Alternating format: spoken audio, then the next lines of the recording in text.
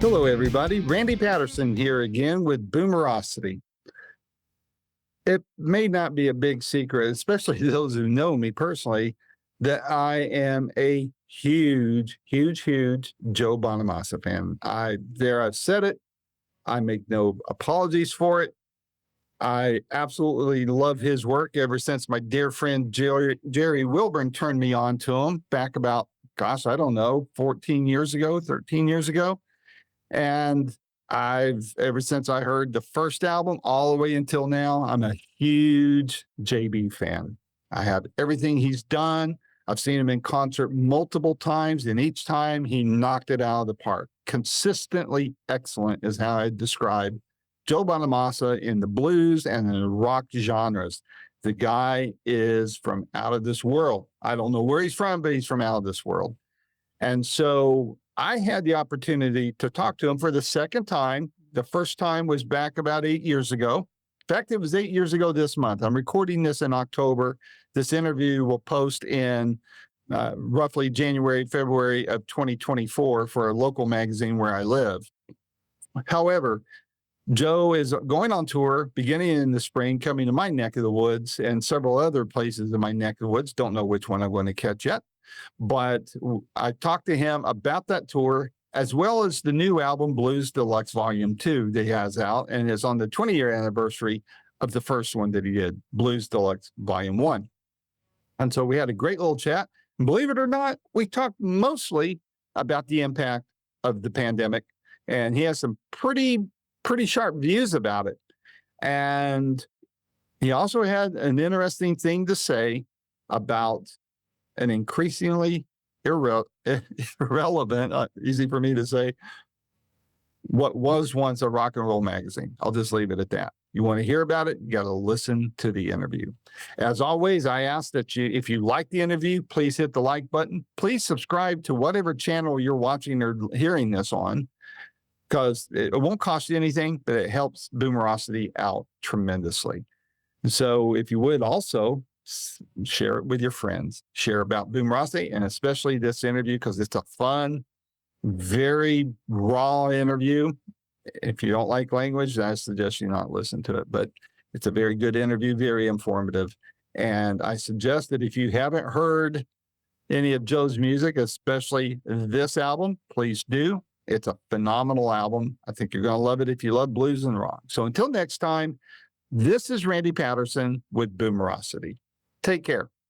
It's been 8 years. Thank you for joining me again. I was beginning to think it must have been something I said. So if there was, I apologize. 8 years goes by like 8 months these days. So yeah, it doesn't feel like a long.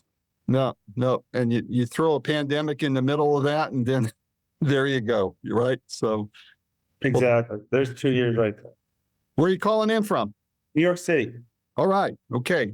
Well, hey, we'll get right to the chase here. I actually wanted 3 different interviews because, obviously to talk about the spring tour that's coming up when you'll be in my backyard. Right. That's in Knoxville. That's correct. That's, I've seen you this will be like the 4th time I've seen you in Knoxville, I think, since I've lived here. And then I also would love to pick your brain about your podcast, because, man, I've been watching it, and it's like, I swear we are interviewing many of the same people. And so I'd love to get your insights on that. Just like that. Only I have to, they make me get the circle light out. So no problem. And then I love your business model, man. I mean, you should write a book about how you run your business. Because, I think artists, if they're going to survive and make any money, need to mirror what you're doing. And I'd love to get it, because business is my porn, So you're writing a book right now. I'm going to call the book "Always Bet on Yourself." The first page, it's a 1-page book. Always bet on yourself. The first line of the book is "Always bet on yourself." Step 2, see step 1. The end. That's it. That's the model. The model is if you're not willing to bet on yourself, then how are you willing to convince others to bet on you? Yeah. Agreed. Yeah, but it's a little more detailed now and how you're doing it, though. owning means of production, owning your publishing, booking your own shows, all of that. That part of it, I think, is what's the genius of it all, because every artist I talk to that's on a contract with a label or not on a contract at all are bemoaning the fact that, the 360 deals are killing artists. And, what I mentioned you and your business model to people, and to some of them, it's a revelation, and how you guys are controlling that, I think, is what, if more of you do that, it's going to turn the business around. Well, I mean, the thing is Live Nation, they own the venues, and they're able to offer, because of the way that they've set up their business model, is they're able to offer acts more money for a show, which is a good thing, because they participate in all the ancillary revenues, in the sense that they have the parking. Artists they don't have parking. We're not participating in the parking fees, and the beer sales or the hot dogs or whatever. So even if they push on the show, they're making more profit on the ancillary. So they don't care if they lose money on the show. They just want to, it's a brilliant business model. And that's the one thing that keeps artists coming back to using, promoters and the more, standard music business models, because they just keep putting more money in front of them to entice them to sign up, and they'll buy whole tours now versus just one show. That's if you got some heat on it. But when you're struggling, nobody cares. The way we do it is the only way to do it. You got to own everything. You got to it's called a vertical integration of your business, meaning top down, merch to whatever.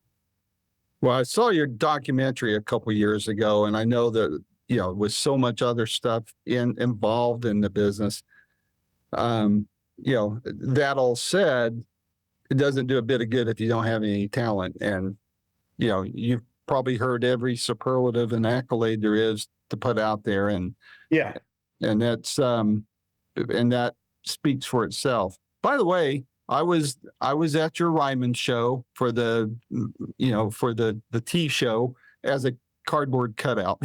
That was strange. I don't know which seat I had, but I was there in spirit and in cutout. So it was strange fucking gig in my life. Well, it was as a fan too. I watched it live, and then of course I have the video, and then you have those big crescendo killer endings on a song, and then it's crickets. That's when I really became angry at the sentence. Honestly, was during that gig, because that was a huge. We had a guy going around spraying doorknobs. Okay. We had a COVID compliance officer in our circle or bubble, who the idea of keeping us all safe was to put an air purifier in like a 30,000 square foot rehearsal facility and spray the doorknobs down. And I'm sitting there on stage at the Ryman after going through all of this expense, jumping through all of these hoops. And the entire world was, at that time, Nashville was open. And the entire world there was people out on the streets, but we were this bubble that was, let's just say, not a bubble. And I planned to cardboard cutouts. And I go, this is the best idea we could come up with. I mean, it was just, I was just like, that's when I was done. I go, this is some, I mean, to go from doing concerts like it's no big deal, it is no big deal, to this was pretty eye-opening. And like, it was just all of my common sense and any inkling of what was up and what's down went out the door that day. I'm like, this makes no sense to me.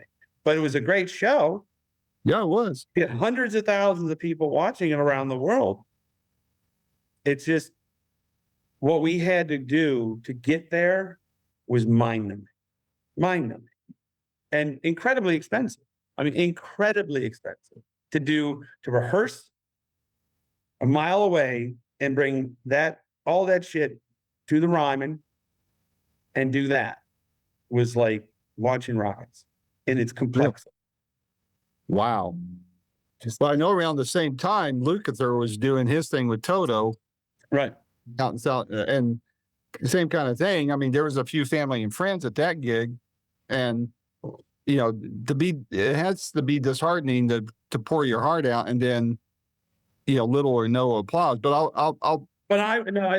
we could have had like 25 or 30, whatever made up number they deemed safe. And I said, I don't want that. I want dead silence, because there's nothing worse than playing a big hall like the Ryman with a smattering of applause. I think it's even more demeaning. I want Frampton Comes Alive kind of crowd. You know what I mean? I don't want like the woo, thanks, Mom. I don't want that. So I said it's less demeaning to end the songs in complete silence than it would be to invite 25 people. Now, there was other people in the room. I just said, I'll let you in, but you can't clap.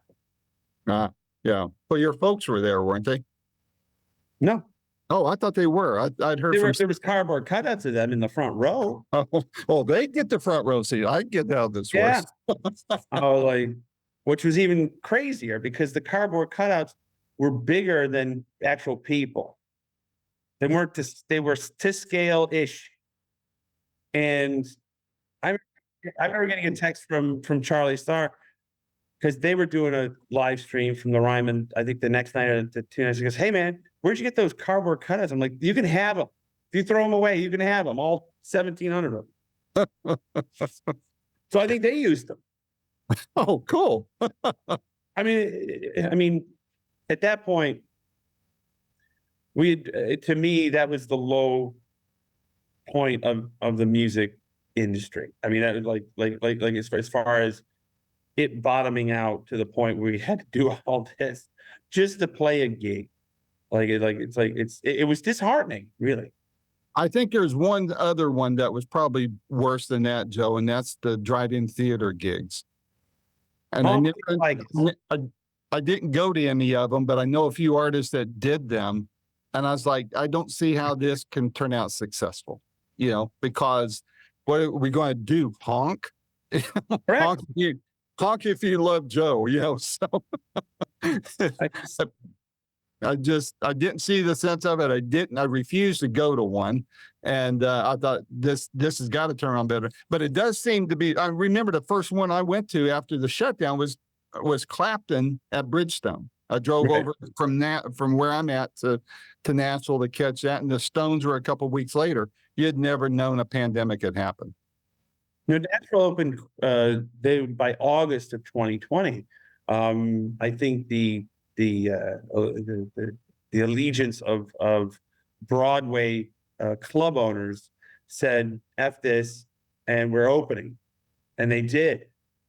And people started to come out.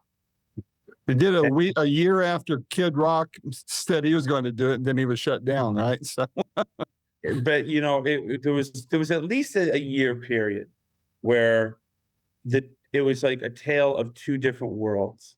Like you would go into, and we saw when we rolled out in 2021, we'd start in Nashville and you go into restaurants, it's like nothing ever happened. And then you would move on to another city, and then next thing you know, you're wearing masks to the table, and then you can take the mask off, and then up, put the mask on, and then down, up, down, mask, not mask. And it was like this theater of I don't even know what to do. And it's like, California was 8 months behind Tennessee, but nobody was talking to each other. Like going, hey, Tennessee, I see that you're open. Is it working? Nobody would do that, because that would mean somebody would have to admit that they were wrong on either side. We opened too soon, or we kept this bullshit going on for too long, and nobody would admit, because that would require somebody having to admit, God forbid, that they were wrong and got it wrong. So for a long time, New York City was a different world than Tennessee, or even even in parts of the Midwest, Iowa and all that. It was just a different world, and you knew when you came back here that you were going back in time. You knew when you go back to Los Angeles, you were going back in time. It was like, okay, we're still on this stuff, and then you go elsewhere and it'd be like nothing happened. Like, this is so weird. And it's not a political thing. They made it a political thing, but it was literally no humanoids were talking to people in charge of this policy. Nobody was talking to each other, going, hey, let's see if we can get a happy balance and get everybody closer to normal again, as opposed to having these huge discrepancies and protocol and whatever. I found even within Tennessee, Joe, Nashville was opened up. Where I live in Sevierville, up in the Smokies, opened up. Chattanooga, a little less opened up than Nashville, but more than Knoxville. Knoxville was mass Nazis, and I'm talking about going to concerts. I told you about Nashville, Chattanooga, seeing Santana and ZZ Top, no problem. Going to Knoxville and seeing Foreigner in Chicago, had to wear the mask, had to show the card. All in the same state within weeks of each other. All within a 3-hour drive.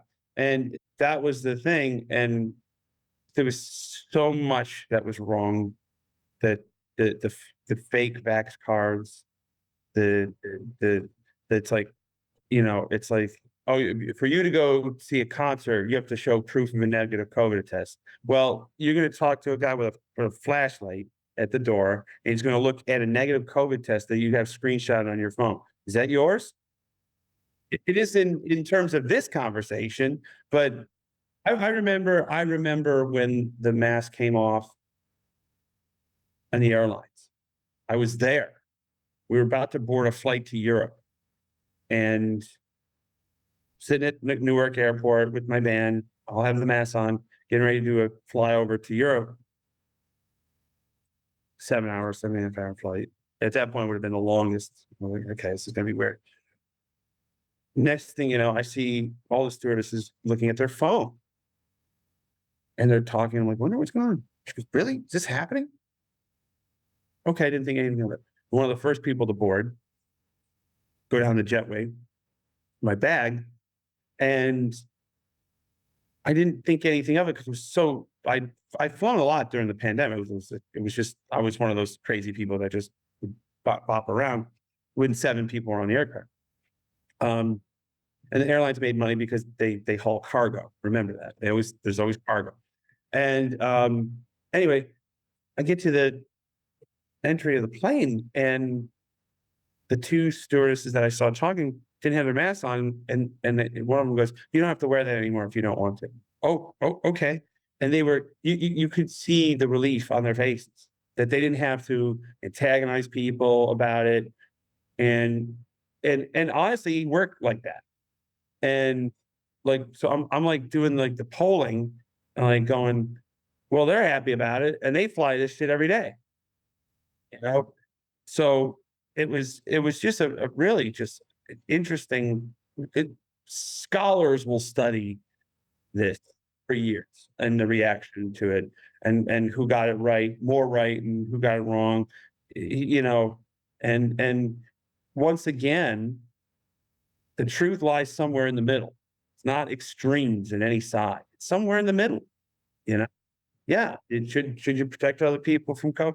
100%. Should it be taken to extreme levels? No. How about some people are more susceptible to it than others? When I have it, I wouldn't have even known that I had it if I hadn't had the exam. It felt like the weakest cold I ever had in my life. But I had friends who died from it, supposedly. I don't know. Back then, there was a lot of question as to who really died from COVID. There's people that legitimately died from it and were susceptible to those kind of upper respiratory things. And I know people got taken for a real ride with a real ride. And it's like, it was no joke. It's serious. The issue is the asymptomatic people, like they're testing people so frequently that you're looking for it. You're looking for it. But you're like, I don't feel anything. Like if I test for the gout every day, maybe one of these days I'm gonna have the gout. But the next day I can test negative. It's a very difficult way of tracking that thing. Again, some people got it right, some people got it less right, some people got it wrong, some people got it less wrong. It's the truth lies somewhere in the middle. Yeah, hopefully we'll get to that truth too. Nobody's ever going to forget it. That's never going to happen. Nobody's ever going to admit that they were wrong. Absolutely. Nobody. You think any of these politicians are going to raise their hand and be like, you know what? I got to tell you, we fucked this thing up. Nobody's going to say that. They're going to say, we didn't do enough. They'll double down. Yep. That's right. On either side. Yep. Nobody will admit that they're wrong. That's right. Well, now that it's somewhat over and hopefully not coming back, you'll be coming to Knoxville. Yes. The spring of 24. We're talking in October of 2023. So I don't know if you have the tour nailed down yet as far as what it involves and entails, but as it stands now. Well, I mean, we'll be touring Blues Deluxe Volume 2 at that point. We're going to redo our show starting in the fall of this year, 2023, and that show will kind of be an extension of what we're doing next year. And I'm just looking forward to coming back to Knoxville. It's always a fun town. Great crowds as always, and great food. I didn't realize Knoxville was such a food town until we had a day off there one time and found myself like downtown, and I'm like, well, this is a pretty good food town. Do you remember where you ate when you were downtown? I don't remember. There's Market Square there. I think exactly that's where we ended up, and it was like a huge bustling restaurant scene, lots of people out. It was like it's a really nice lifestyle in Knoxville, and I think you guys are on East Coast time. Am I right or wrong? Yes, we are. Yeah. So the same minute. That's another thing we need to talk about. As a resident of the state of Tennessee, we need to just get one fucking time zone. Let Memphis stay on the central time zone, but the rest of the state could stay. It doesn't matter because I know. If you're driving from Nashville and you don't realize that Knoxville's on East Coast time, be like, I'll meet you there. I'll meet you for lunch at 12:30. Well, you're going to be an hour late, even if you're on time, because I forgot the clocks turned back. I mean, there's that when you're driving from Nashville to Chattanooga, if you're driving south, and there's a point where you enter the state of Georgia and East Coast, and it's like it doesn't. And your time switches back and forth. We need one time zone in the state of Tennessee. That's I'll die on that mountain. I think I'll be right there with you. But to err as human, to really foul things up requires the government, and that's what we have here. Exactly. If you got a few minutes, if you don't mind telling me about the album comes out this week. We're talking October 2nd at this time of this chat. What's different about this album for you compared to all the other albums you've done? Well, you mean Blues Deluxe Volume 2? Yes. Well, that's other than the fact that, I mean, there's some common ground between the 45 albums. I mean, it's guitars on it and singing. Right. But no, I mean, I'm proud of it. I'm proud of the way it came out, and proud of the way we looked at my career and the 20th anniversary of the first one. And it's like, we dug deep, challenged ourselves, and went into a studio and asked the question, really going, am I a better singer now than I was? I don't know. And I didn't know the answer going in. And then the other thing was, am I a better, guitar player than I was? And the answer is I didn't know. And, I'm proud of it, given the fact I was 25 when I did the first one, I was 45 when I did the second one, literally 20 years later. And a lot of people have been asking me on this press junket, or whatever they call these things that is, it's like, well, why did you choose to do another volume now? I said, because the Blues Deluxe, the 19th anniversary edition doesn't have the same fucking ring. It's a 20th anniversary companion CD. And that was originally what we were aiming for was a companion CD, and we put out the whole thing, remastered the first one and then everything. But then the record came out so strong, we decided to separate them. We remastered the first one and releasing the second one on its own. And it's these Blues Deluxe things seem to have their own inertia. I don't know why. I don't either. But anyway, that's the album. Well, cool. Well, Joe, I know you got a lot going on. I'll ask you one more question, and then let you go. You're a young man. I'm a bit older than you, about probably close to 20 years older than you. But so this will mean less to you than it would to old guys like me. But it's probably a lame question, but I like it. What do you, when you step off the great tour bus of life up at the great gig in the sky, to borrow from Pink Floyd, how do you want to be remembered, and what do you hope your legacy is? I think my legacy is going to be like, I made some music, but I gave back. No. I gave back. That's the most important thing to me. So I don't care how you think I play, care less what you think of. I really do. I really don't. I mean, there's caring, a little caring, and then where I stand on the naysayers. It's like, you know what? It's grab a guitar, have fun, come join the party. If you think I'm so terrible. It's always a psychoanalyzed comments, people that don't know what the fuck they're talking about, taking things out of context. I don't care about any of that. All I care about is that, and remember for giving back. He did really well in the music business, and he gave back. And I want to call this out in case fans that hear this, when this comes out, I want to reiterate that. And that is the help you gave to musicians during the pandemic. You raised a ton of money. Yeah. And you gave back. And I don't know, Foreigner did it for their roadies. Yeah. You did it for other musicians. We gave almost $750,000 away in 400 separate packages. They were $1,500 checks to artists. And during a time when people were really in need of that. And we would raise the money. Everybody got in on this thing. I donated $50,000 worth of gear that got sold off. And it was just a guitar and an amp.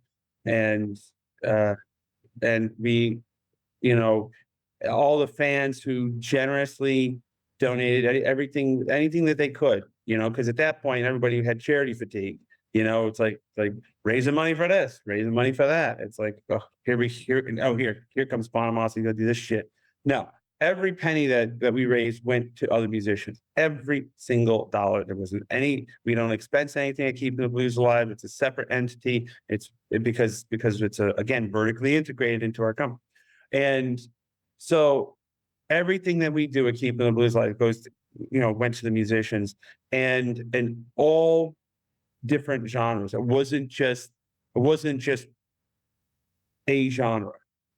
It wasn't just blues centric. And we had help from everyone, like Gibson and Fender and Volkswagen and a bunch of media partners. And we did these live streams. A lot of our Keeping the Blues Alive alumni from our cruises donated. They would film themselves like this and donated songs and stuff like that. The only people that never wrote a single thing about it because they could care less about musicians, in my opinion, is Rolling Stone magazine. And I will call them out. I know they hate me. They've never written a single word about me. But when it came down to brass tacks, everybody knew what was going on. Okay, this wasn't like a fucking lemonade stand raising, $200. Okay, this was a real movement that we created. Okay, and so much media, like at least just put it on their socials, gave it a boost. The one music entity that wouldn't even acknowledge our existence, and still to this day, is Rolling Stone magazine. And I'll never forget that. It's not what they haven't done for me or mentioned me about anything. Okay. They actually go out of their way not to mention me. But the fact that they're so fucking petty that they didn't even consider giving this a boost to try to help raise money for musicians who were literally losing their house, couldn't keep the light bills on, and we're in deep shit. That I'll never forget, because I'm Italian. I hold a grudge. I will hold a grudge against them. And when it comes down to it, it's like, well, why do you hold a grudge against Rolling Stone magazine? That's why. Because they're so fucking petty and up their own ass that they did not even acknowledge our existence when we were trying to raise money in a time, like I said, when we had tons of money being raised and charitable things trying to help people at COVID. It was not just musicians. We were doing a very music-centric thing for musicians. About everything from death metal to hip hop. Could care less. That's what we were doing. Anyway, I got to run. All right, man. Thanks again, Joe. And we'll see you in Knoxville in March. Thank you. I appreciate it. Have a great day. Thanks, man. Good to see you again. Bye-bye.